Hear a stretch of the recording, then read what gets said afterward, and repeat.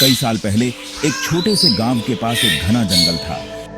उस जंगल में शाम ढलते ही एक चमगादड़ उड़ती हुई दिखाई देती थी। गांव के लोग कहते थे कि वह कोई साधारण चमगादड़ नहीं थी, बल्कि एक रहस्यमयी और भयानक आत्मा थी जो रात के अंधेरे में प्रकट होती थी।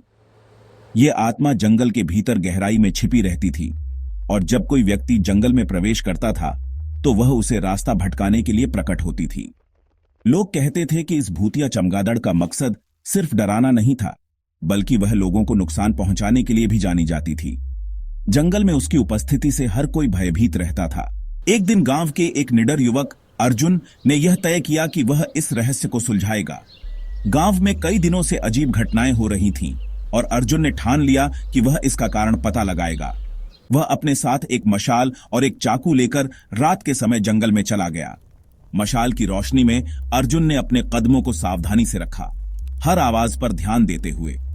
जंगल घना और डरावना था, लेकिन अर्जुन का हौसला बुलंद था। वह जानता था कि उसे इस रहस्य का हल ढूंढना ही होगा, चाहे कुछ भी हो जाए। जैसे ही वह जंगल के बीच पहुंचा, आसमान में अजीब अजीब आवाजें गूंजने लगीं। चारों ओर घना अंधेरा था और पेड़ों की शाखाएं हवा में हिल रही थीं, जैसे कोई अदृश्य शक्ति उन्हें हिला रही हो। हर कदम पर उसे ऐसा महसूस हो रहा था कि कोई उसे देख रहा है, कोई छिपा हुआ खतरा उसके करीब आ रहा है। और अचानक वह चमगादड़ उसके सामने प्रकट हुई।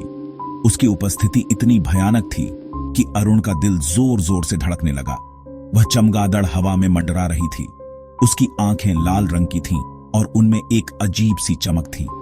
चमगादड़ की आंखें लाल थीं और उसके पंख इतने बड़े थे कि वह पूरी रात को ढकने जैसा लग रहा था। उसके पंखों की छाया इतनी विशाल थी कि अरुण को ऐसा लगा जैसे वह किसी विशालकाय प्राणी का सामना कर रहा हो।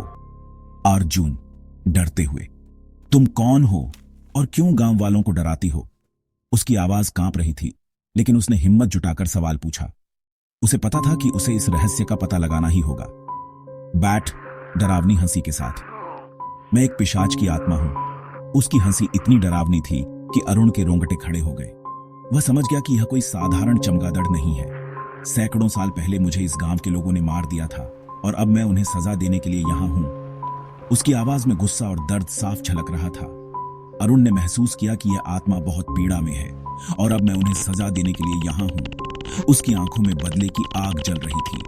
अरुण ने सोचा कि उसे इस आत्मा को शांत करना होगा, नहीं तो गांव वालों की मुसीबतें कभी खत्म नहीं होंगी।